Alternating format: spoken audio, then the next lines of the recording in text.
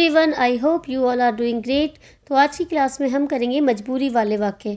अब मजबूरी वाले वाक्य कौन से होते हैं? जब हम बोलते हैं मुझे खाना बनाना पड़ता है, मुझे घूमने जाना पड़ता है, मुझे मार्केट से दूध लेके आना पड़ता है, तो इस टाइप के सेंटेंसेस होते हैं मजबूरी वाले वाक्य। इस टाइप के काम को हम खुद तो नहीं करना चाहते मन से, लेकिन हमें किसी के फोर्स में आके करना पड़ता है। तो इस टाइप के सेंटेंसेस आज की क्लास में हम बनाना सीखेंगे।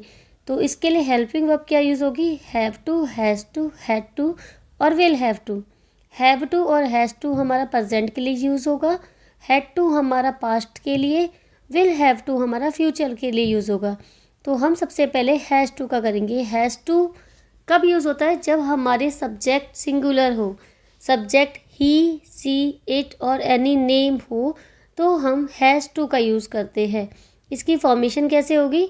सबसे पहले हमें सब्जेक्ट लगाना है। सब्जेक्ट कैसे? ही, सी, इट या कोई नेम, देन हैज़ टू, फिर वर्ब की फर्स्ट फॉर्म जिसे हम बेस फॉर्म भी बोलते हैं, फिर ऑब्जेक्ट। इसका एग्जांपल देखते हैं।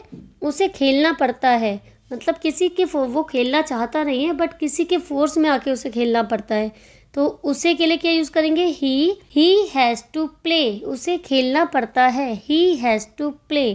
नेक्स्ट हैव टू देखते हैं। हैव टू के लिए सब्जेक्ट कौन से होंगे? प्लूरल, आई, वी, यू, दे। जब भी ये वाले सब्जेक्ट होते हैं तो हम यूज़ करते हैं हैव टू का। इसकी फॉर्मेशन देखेंगे। सबसे पहले subject plus have two plus verb की फर्स्ट फॉर्म या बेस फॉर्म प्लस ऑब्जेक्ट। जैसे मुझे खाना बनाना पड़ता है, आई हैव टू, मुझे के लिए यूज़ होता है आई के साथ लगेगा have to. I have to cook, I have to cook. Next करेंगे हम हैड टू का। हैड टू हमारा पास्ट के लिए यूज़ होता है।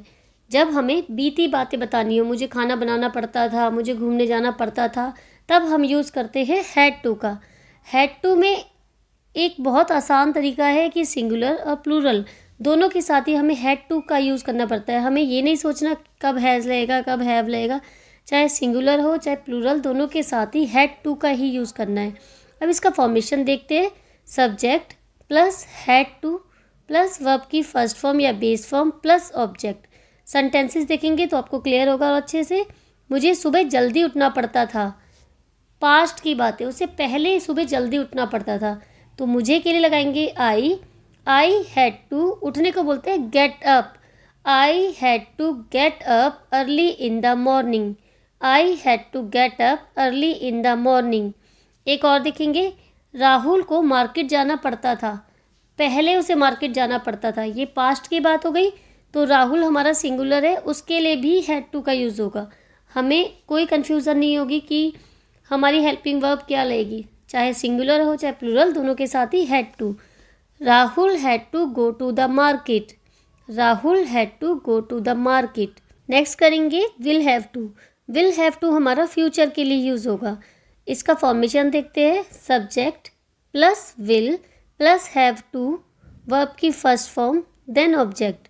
इसमें भी हमें कन्फ्यूज़न नहीं होनी चाहिए कि सब्जेक्ट के साथ हैज़ लगेगा, हैव लगेगा। चाहे सब्जेक्ट हमारा सिंगुलर हो चाहे सब्जेक्ट हमारा प्लूरल हो, दोनों के साथ ही हैव टू ही लगेगा। विल हमारा फ्यूचर के लिए यूज़ होता है और उसके साथ हैव टू ही लगेगा, हैज़ टू नहीं लगाना। तो इसके सेंटेंसेस देखते हैं। मुझे खाना बनाना पड़ेगा, फ्यूचर में हमें खाना बनाना पड़ेगा बाद में, तो हम क्या यूज़ करेंगे? आई, मुझे के लिए लगता है I will have to cook food, I will have to cook food. एक और सेंटेंस देखेंगे इसका। तुम्हें बर्तन धोने पड़ेंगे, तुम्हें के लिए यूज़ होगा you will have to do the dishes. बर्तन धोने को बोलते हैं do the dishes, you will have to do the dishes.